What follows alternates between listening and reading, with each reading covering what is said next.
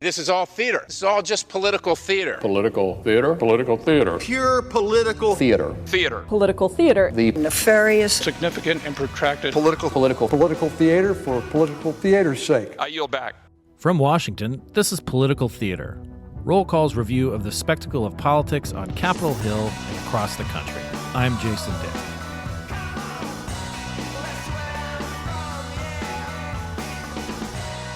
Chris Cillizza has had a front court seat to American politics for more than 2 decades, reporting and writing for such publications as the Cook Political Report, the Washington Post, CNN, and most importantly, for the purposes of this podcast, Roll Call. He also just won an Emmy for a show on monumental sports, politics aside, and is a long-suffering Nationals fan. Chris, welcome to Political Theater. I am happy to be here. This is terrific. I get to relive my my golden era. It's and that goes back. I mean, it's odd, like the people that you connect with and then lose, track of over the years. I mean, you and I were both at National Journal in the late 90s. And Yep. You were doing. Fun fact, Yeah. I don't know if you remember this. My wife injured you in a softball game. Oh, I'm well aware. Yes. Your wife Gia at a National Journal CQ softball game, I think in like 4 Mile Run Park or somewhere over in Arlington. All I remember it was hot as hell. It was so hot. And I was playing first base. Gia was playing catcher. And we're both, on the National Journal team. I think you were, probably a designated hitter, right? I'm left out, I believe, was my position. Go as far as you can back in right field. Keep going. And pop fly, somebody on the CQ team, hit a foul ball, pop fly. Gia and I both rushed for it for the out. And keep in mind that while your wife is an athlete, accomplished athlete, I outweigh her by probably more than 100 pounds. Oh, yes. She's not a big human. Right. She's not like myself and you who are over 6 feet, over 200 pounds. Yes. And we collided, and I came out much for the worse of it. Did you break your wrist or something? I'm trying to remember. I did break my wrist. I don't know that we knew that right away, but I think like the next day you had like a cast or were in a sling or something. Yeah, it wasn't obvious because I went to the doctor and he said, there are like 8,000 bones or whatever in this area.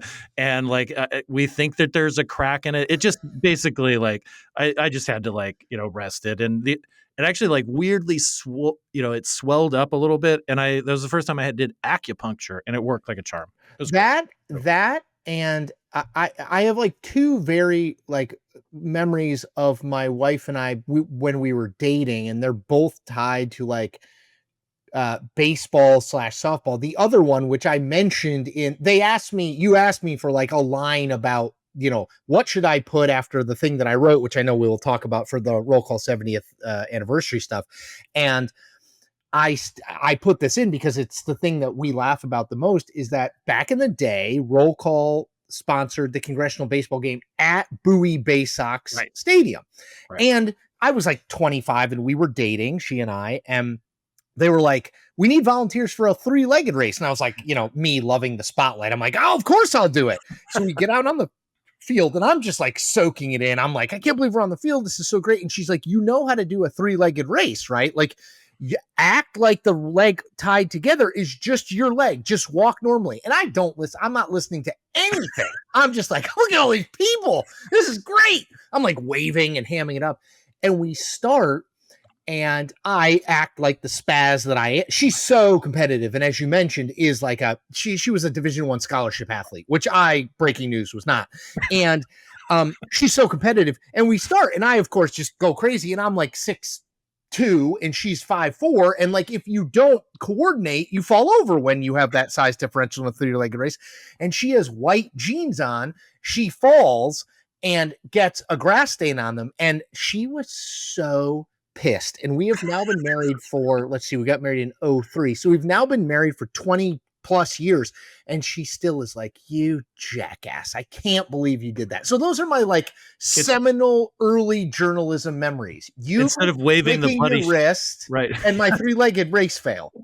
Instead of raising the bloody shirt, she has the grass stained white jeans. She's so pissed. And I thought it was like hilarious. I was like, because I'm just like, I have no expectation of winning anything in any kind of athletic competition, but she did. Anyway. Yeah.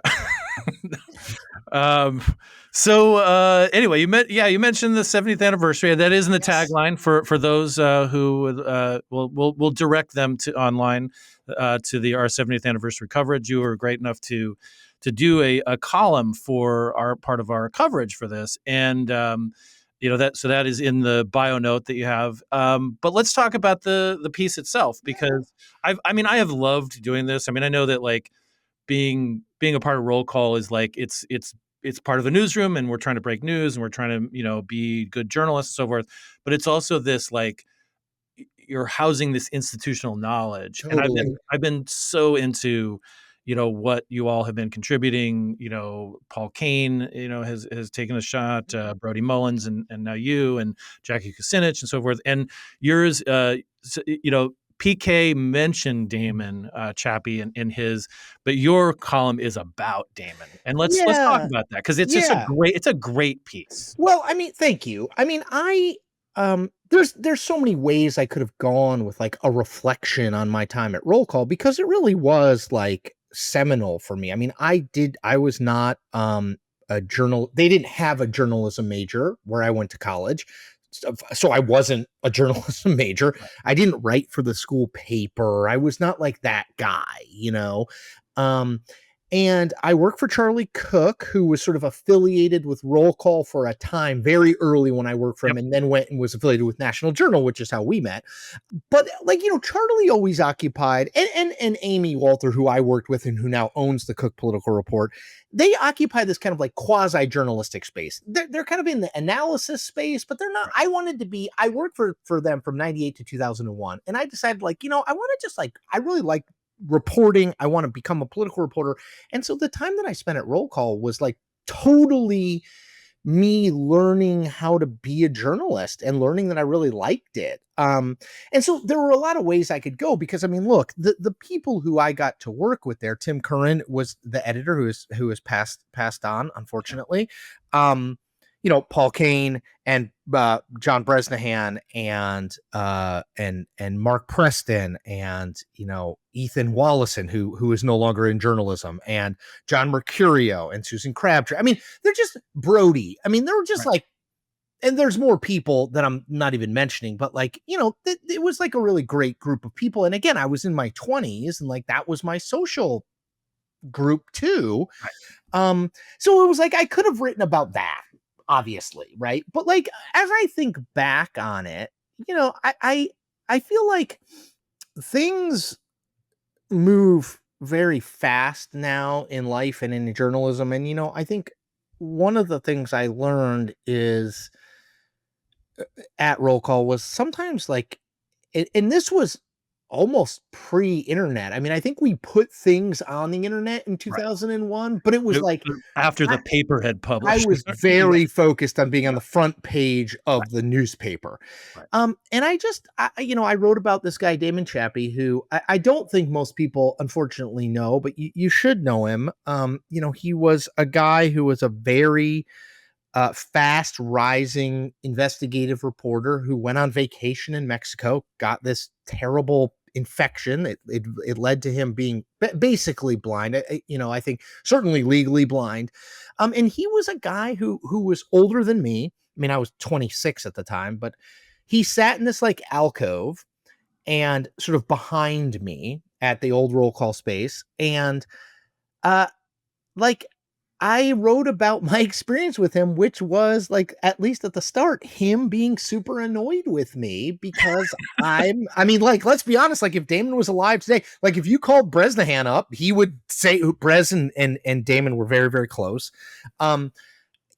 he would say this, like, I think like if the first 6 months of Chris Cillizza at roll call, if you ask Damon, he'd be like, that guy is fucking annoying. Like he's just, he's a giant pain in the ass because I was loud. I mean, I still am, but I was loud. And like, I think obviously he was blind, so he had to rely on his hearing. He had a very rudimentary, I write about this, but a very rudimentary like speech to text thing where like he had a thing, roll call to their immense credit, bought this for him, that would read the internet for him.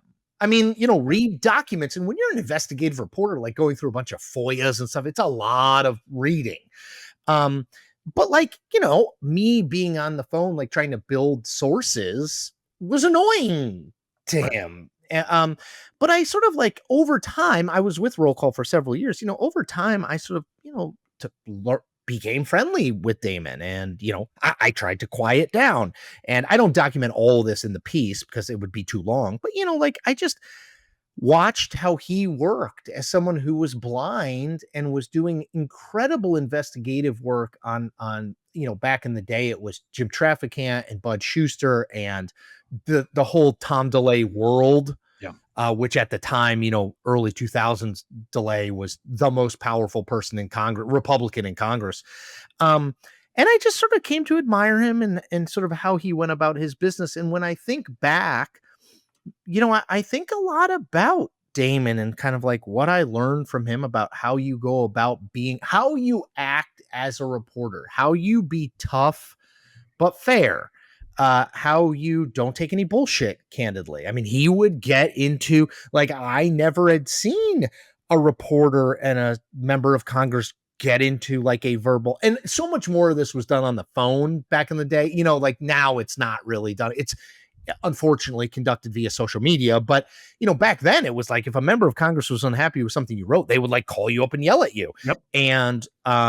And he would get into it, and he would be fair, but he would not back down if he believed in what he wrote, which he did.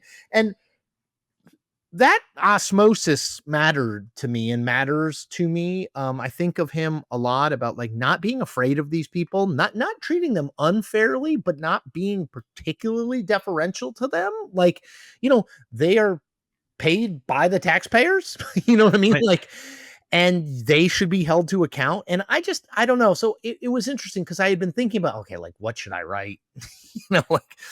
And I kept coming back to that. And, I thought, well, you know what? Like, and I mentioned in the piece, and I want to mention here, Paul Kane and John and Bresnahan and Mark Preston, they were all closer to Damon than I was. I'm not trying to present like I was his most intimate confidant. I was not. But when I think back about my time there and the lessons I learned there, and the two people who had the biggest effect on me were Tim Curran, who I have written about. When Tim died, I wrote about him, and Damon. And I had never really written, I never really had a vehicle or a reason to write about them. He passed away, many years ago. More than 20 years ago now. Yeah, I mean, golly, just going back and reading the obit that the Post wrote, which I mentioned in the piece, like I was like, holy shit, I am old, because like, I mean, it does not feel like more than 20 years ago, but I just hadn't had an occasion to write about him, and I was like, you know what, this gives me a chance to. Sorry, that's a long answer to a short question. No, I mean, well, this is the appropriate venue, right? I mean, like you go on a lot of podcasts also. I mean, like this is why we do this. Yes. So we can go in depth. It's like the director's cut. This is the Criterion Collection, right? For our reporting. Well, by the way, the Criterion Collection thing reminds me of our intern back then. Summer intern was a guy who was taking I think he took the train, like the MARC train or some kind of maybe Amtrak. He lived like an hour away, which when I was 25 felt like 10 hours away because I never went anywhere other than DC. A guy named Sonny Bunch, who is now a Bulwark guy and was always a movies guy and always tried to find out ways to write about movies, and is younger than us, but I still keep in touch with him too. I mean, it's a really wonderful group of people. Like Marianne Akers was there when I was there. Ed Henry was there when I was there. I was looking through some of your older bylines, and there were a few It's like and seeing the you and Ed Henry, it was like, oh, there's future Fox, future CNN, like Yeah, and cohorts, like right? Erin Billings, who's gone Yep. on to be a lobbyist, she Yeah. was there. I mean, like we just had, I think I get you always look at your 20s and like your first job in the profession that you took up as, a little bit of rose-colored glasses, but it was a really good group of people, talented people, ambitious people. Um, and I loved it. I mean, I had Paul. I taught a class at Georgetown in the fall, and I had Paul come in and talk to the class. I mean, I still stay in touch with these people 20 plus years later, Yeah. and still kind of admire the work that they do. Yeah, no, it is.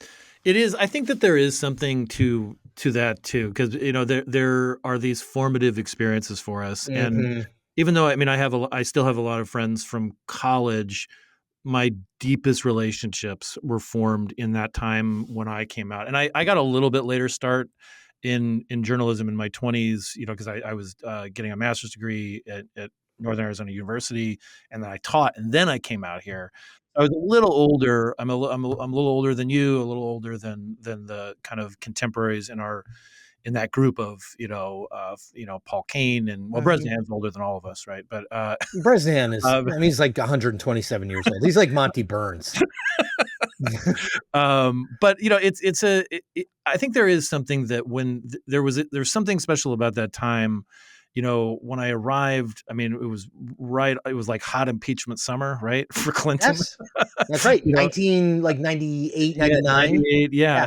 Bob And Livingston resigning yeah, suddenly on the floor when he was going to right. be speaker. Yeah, it was just it was this nutty time, and it was also, I think that there are actually, I'm curious about your opinion on this, the way that some of the things in journalism have changed. I mean, I don't, I hate it. there some of the changes are not for the best, and No.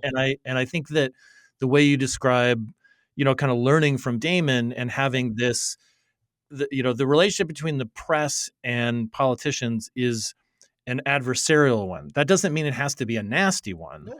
but it is by definition adversarial. We have to be, fair, and we have to be sorry. But somebody just came in, even though just today, this was my accomplishment today, by the way. In the podcast studio here at Roll Call, we have an on-air sign. Oh. In the 6 years I've been here, I just learned today how to turn it on. Oh, congratulations. But So someone walked in anyway. So of course, somebody just walked in. That's the benefit. I will say that's the benefit of working from home.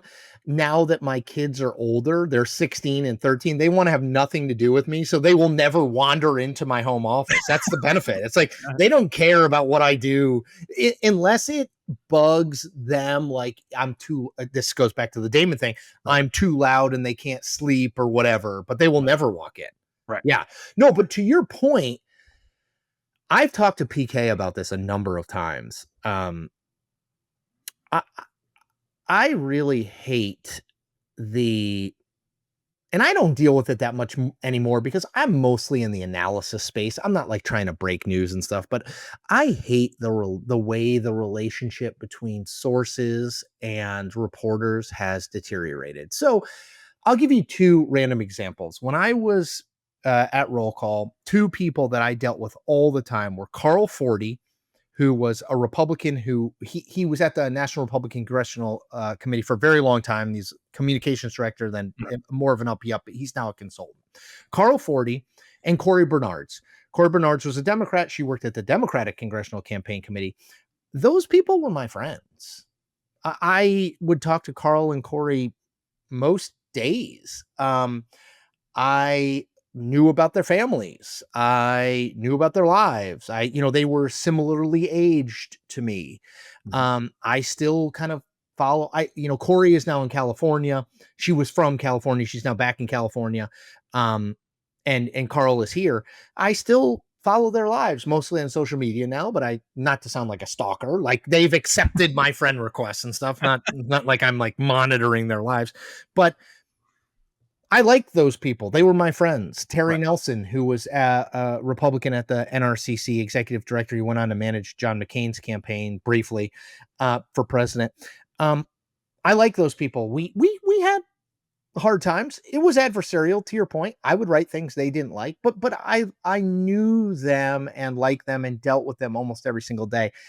I don't really think that exists that much anymore. Maybe on the Hill. But even now, I feel like what's prioritized among Hill communications people is like your ability to like dunk on reporters on social media.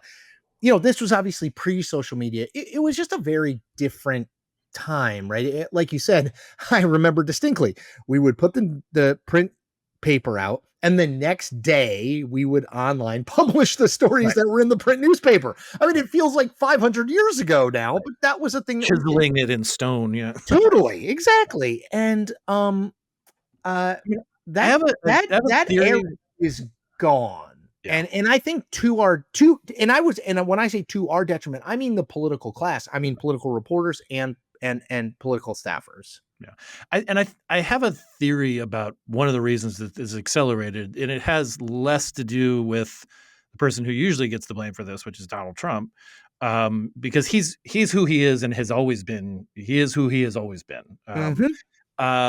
But I think one of the reasons that the relationships deteriorated between political reporters and the people that they cover is because there are fewer opportunities for them to actually observe each other's work taking place. There is a difference between being one of 30 people in a scrum in the Senate subway, desperately trying to get Ron Wyden to say something or something, and actually going to a markup. And being there and observing the staff and observing the members and having side conversations with people as they go to get a Diet Pepsi or whatever, in the hallway. See that they're real humans. Yeah. And that interaction, which is quantity time, not quality time. It's quantity time and putting in that time. And it's kind of like going to a convention now.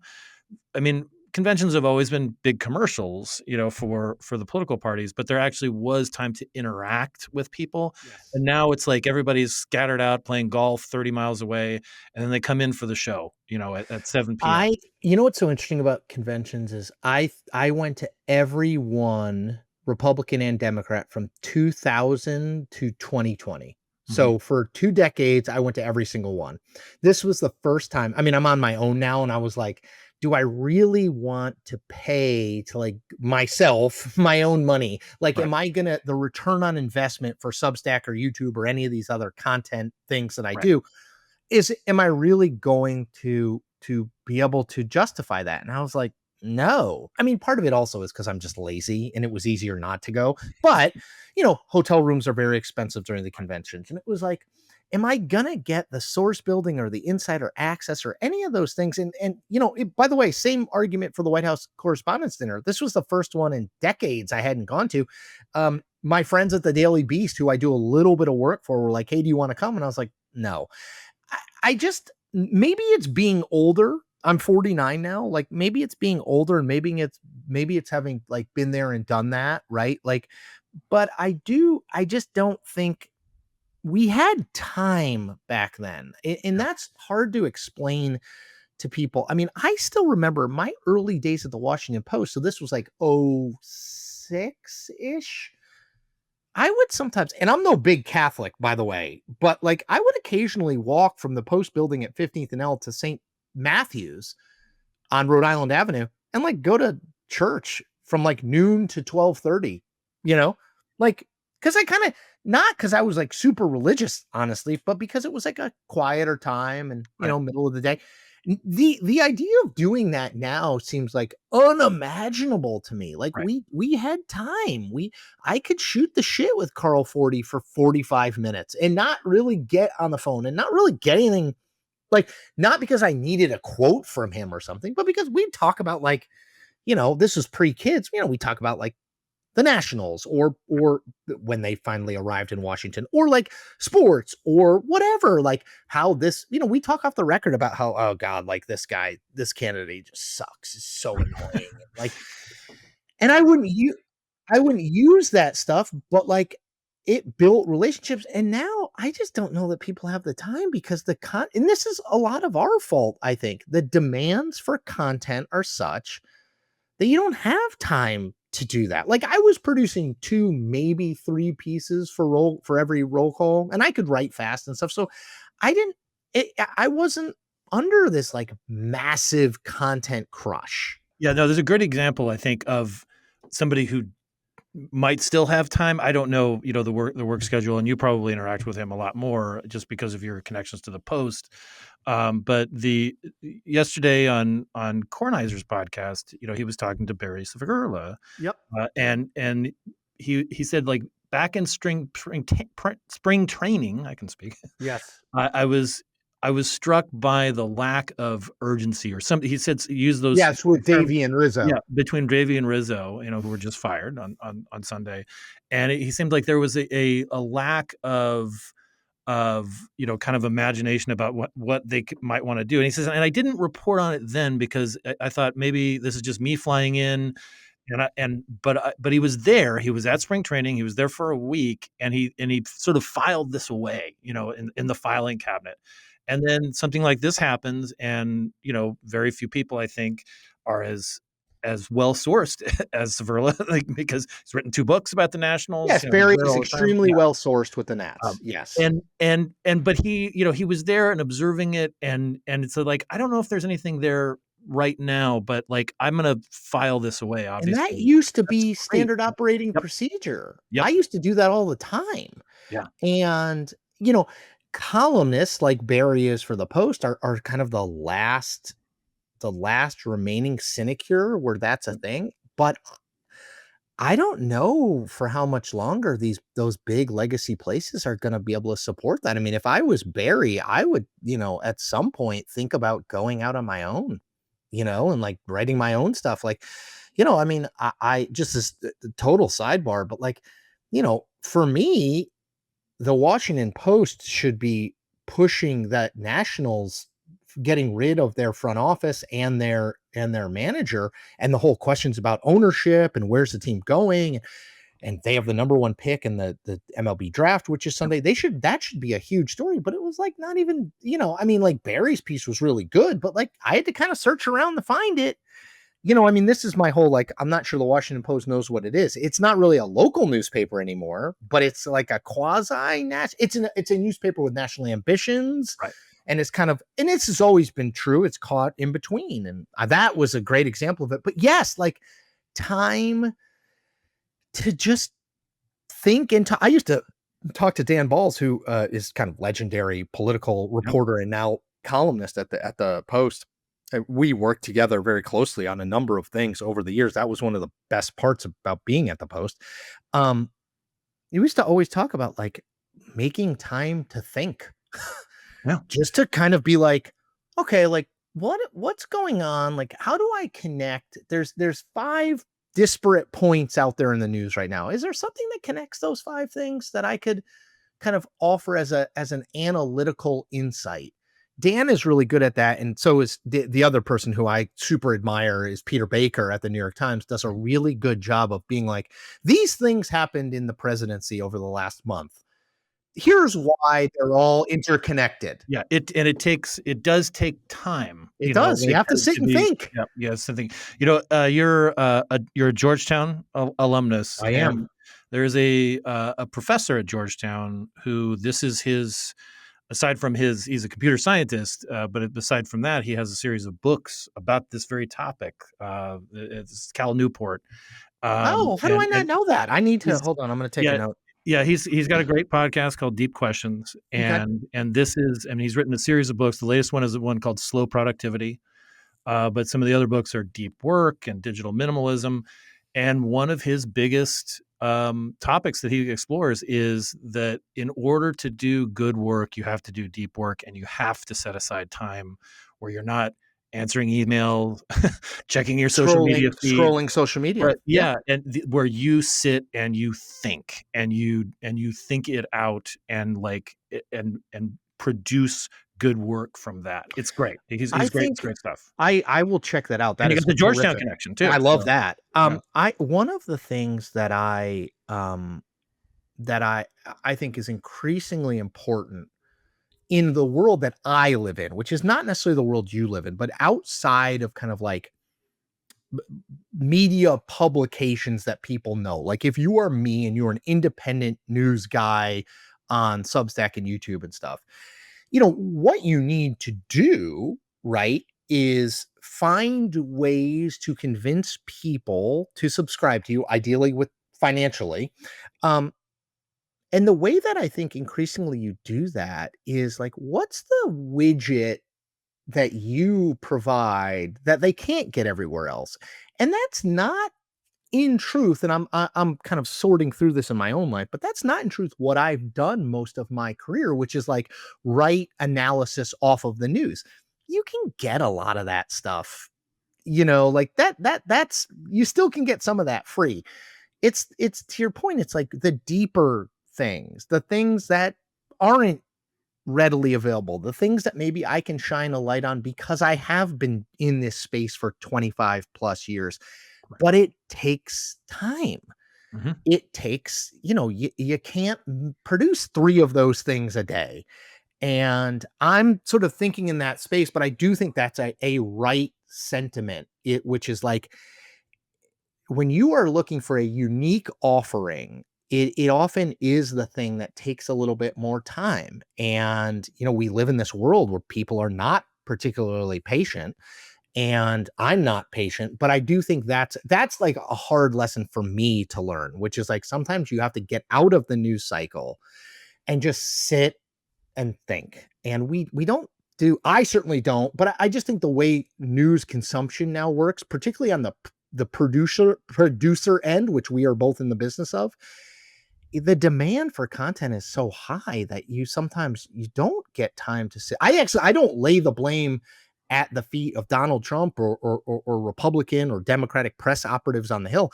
I think at least the latter group, they've adjusted to the fact that, you don't really have time to build those relationships with reporters because they need a quote or they need something right away and it's publishing in 5 minutes. Whereas, when I used to write for Roll Call, I'd be like, this is coming out in tomorrow's paper. I need you to call me and give me something by 5 p.m. And this is like at 10 a.m. And it's 7 hours to think of something. Now you have 7 minutes. Yes. Yeah. Or just get, grab it off Twitter or right. Right. X, please. One thing I was wondering about. So, I mean, I know that the Post still has the fix, right? Like they do. Like I think Amber Phillips is now kind of taking it over. Yeah, because Aaron has gone to CNN. I'm noticing a pattern here. But you originated the fix, and what I miss about that is that you had your trenchant political analysis, but you also had the personality, there was a fun kind of corny, totally. You referred to yourself and Mrs. Fix, yes, referring to Gia and so forth. Yes. And I mean, again, Roll Call may be one of the last bastions of that. We still have Heard on the Hill and things like that, but it's hard. The pressure is just get this out, and that's the brand. We're not getting rid of the brand, but don't be corny. Don't distract people from this, that, 1, 2, 3. Is there room, you think, for that kind of the more personality? It seems like I think it's the fastest growing part of journalism. I mean, the thing that's hard for I was talking to, I do a podcast on my Substack every week with Chuck Todd, formerly of NBC, and another national journal. Yes. And he loves, my gosh, he'll go on for hours. We could do a whole hotline podcast with Chuck weekly. And we were talking about that and just about he and I are in this space where we're trying to write and talk about politics, but not from a predictably partisan standpoint. Mm-hmm. And unfortunately, I think most people at this point conflate personality in your writing with partisanship when you write about politics. Right. So like Don Lemon, my former colleague at CNN, he has like 800,000 YouTube subscribers, but he is like a consistent basher of Donald Trump. And what Chuck and I were talking about is like, it is a harder path to try to write with personality and, dare I say, some humor, but not be predictably partisan, because there's just not as much audience for that. Now, I will say, I do think that mainstream media outlets make a mistake when they and they've been doing this for decades, when they say like no one is bigger than fill in the blank brand, right? Because to me, the growth I've seen in journalism is all in the independent journalist space, right? It's all in the people who are willing to knock down the fourth wall. People are willing to write about, yes, politics, but also like sports, or in my case, my personal life and my, trying to navigate being laid off in 2022 from CNN. And what the hell do I do with my life? Because I've only ever been a political reporter. People respond to that. I still think I think nowadays we are in kind of the content, but also the connection business. Like people want to feel like they know you. People don't pay to subscribe to me because it's like one keening insight that I provide them where they're like, this changed my life and how I think about politics. They subscribe to me because they kind of, I hope, are rooting for me at some level. And I think, it's like, it's easy to get people to give, not easy, harder than I realized initially, but it's easier to get people to give to Chris Cillizza, independent news guy, who's not getting a salary from a big billionaire or a big corporate conglomerate. It's like, it's hard to make CNN a sympathetic, like CNN really needs you to become a subscriber. It's like, well, it's just part of this massive, corporate conglomerate. And okay, well, they only made $700 million last year, not $1 billion last year. And so I think that's part of the problem. It's like that. I always worry about that with mainstream media, because candidly, like in my role, and anyone who's in the independent space, particularly the analytical space, who says this isn't true is lying to you. I need the Washington Post to continue to exist. I need CNN to continue to exist. I'm not going to build a news gathering operation. Right. I can't go out and be like, oh, Don Davis in North Carolina, member of Congress, is thinking about running for the Senate. I'm just, that's just not like, it doesn't make any sense for me to try to do that. But if that doesn't exist, people like me are screwed. Right. So like, I need them to figure out ways to continue to exist. I think there's an emperor has no clothes vibe to it, that they don't have any new ideas. And they're not willing to take risks. Yeah. I do feel like we're in this interregnum, we're between eras, it seems. Totally. Which is why it feels so confusing. And it's so, and by the way, it's, this era of journalism, like when we got into journalism, I still remember my wife went over to the marketing side, the business side of National Journal. And at that point, this is early to mid 2000s, they were like incentivizing these people like crazy. Like if you met certain goals, we went on a trip to like Mexico because she had done so well with her goals. National Journal paid for us to go to Mexico. We were like, I never thought that I would be laid off or fired, like, unless I did something like colossally stupid. Right. And now the era, it's like, I talk to you've taught, I talk to these young people and I'm like, look, journalism is a great profession. It's really fun. You meet interesting people, you write, you think, but as a business, I'm not sure I feel great telling you that you should go in it, because I have no idea what it's going to look like in literally 5 years. Yeah, no, that's the interregnum piece, like, well, and like it's getting harder because a lot of our colleagues now are becoming journalism professors. Yep. And they want people like me and you to talk to their students and talk and give them some advice. And my advice is, it's kind of like the advice at the end of Back to School, Rodney Dangerfield. He's like, go back.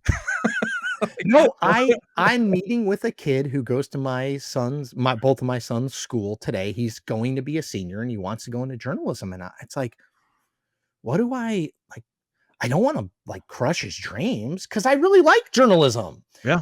But at the same time, one of the things we haven't even talked about, but one of the things that I always struggled with when I taught at Georgetown was, I used to always tell younger people, look, whatever journalism becomes, or whether you stay in it or not, or whether you go into it or not, like being able to take large amounts of data or information and boil it down and present it in a way, whether it's written or speaking, in a way that is cogent and is a really great skill.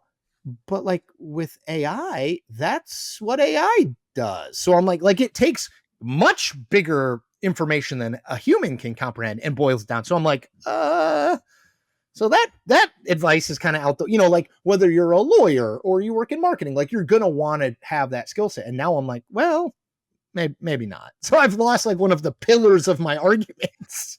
Yeah, I still think there's always going to be some room for some kind of humans there, because I hope. the mistakes that I see from AI generated, just the transcripts, AI transcripts, Yes. that's a let's jump off that bridge when we come to it. Yes, agree. We have enough problems. Well, Chris, this has been a great conversation. Thank you so much for coming on the podcast. Opportunity. Yeah, and thank you for writing this great piece for Roll Call. Again, for those of you who are listening, and just it's at rollcall.com under opinion, and it'll be there for a while. And it's in print too. We have you can see a great photo of Chris. With much smaller glasses. The glasses are so small. The hairline has gone back and the glasses have gotten bigger. That is not an accident. That is not an accident. Do you want to stick around for the words of the week? Sure, of course. All right. Well, here are the words of the week this week, and I'll explain why I chose this, which is sometimes random, is golden gavel. We'll be seeing a lot of this because the Senate's in one of those periods of time where they do a whole lot of nothing, even though they're in session. So this is an award that's given to freshman senators for presiding over the chamber for at least 100 hours during a session of Congress. It comes in the form of a brass gavel, so it's kind of misnamed, but brass gavel doesn't sound as cool as golden gavel. It was started in the 1960s in order to encourage new senators to spend more time presiding over the chamber. Previously, that was all the vice president did, really. That's the only thing in the Constitution that the vice president is supposed to do, is preside over the chamber and break ties. Every once in a while, though, someone else gets it, golden gavel. Chief Justice John Roberts got one in February 2020 for presiding over the impeachment trial of Donald Trump. William Rehnquist before him for the impeachment trial of President Bill Clinton. And the most recent golden gavel was awarded to Kamala Harris in recognition of her record 32 tie-breaking votes when she was vice president. So that's this week's Words of the Week. I always thought of the golden gavel as like, I think they still do this in school, is they give you the like perfect attendance award. Yes, like if you never miss a day for being sick or vacation, it's kind of like that. It's they're incentivizing really is, you showing up. Right. It could really be called the golden ass award, right? Because you'd have to have like an iron ass to sit there. I was thinking of that last week because Steve Womack from Arkansas, this is in the House, but Steve Womack from Arkansas was in the chair for like 15 hours during the one big beautiful bill to like rules vote and then the final vote. I was like, golly. Well, and it's a great. I'm glad you brought that up, because in the House, they really have to have in big votes like that, right? They have I know what you're doing. Exactly. Like back in the day, back when we were younger men, it was Ellen Tauscher. That's who they trotted out. That's they always have somebody who really knows like policy, like they know the arcana of how you negotiate that, which is very complicated. Yeah, yeah, and it's just it's great to see that when the chips are really down, they don't bring in representative so and so who was a hot tub salesman last year. It's someone it's usually someone who served in like the state house or the state senate. Right. And knows how it works. Right. Close to leadership, but not of leadership. Yes. So. I love it. Yeah. Chris, thanks so much. Of course. And we'll get you on another time. Hopefully. Happy to do it. Thanks, man. Thanks for the chance.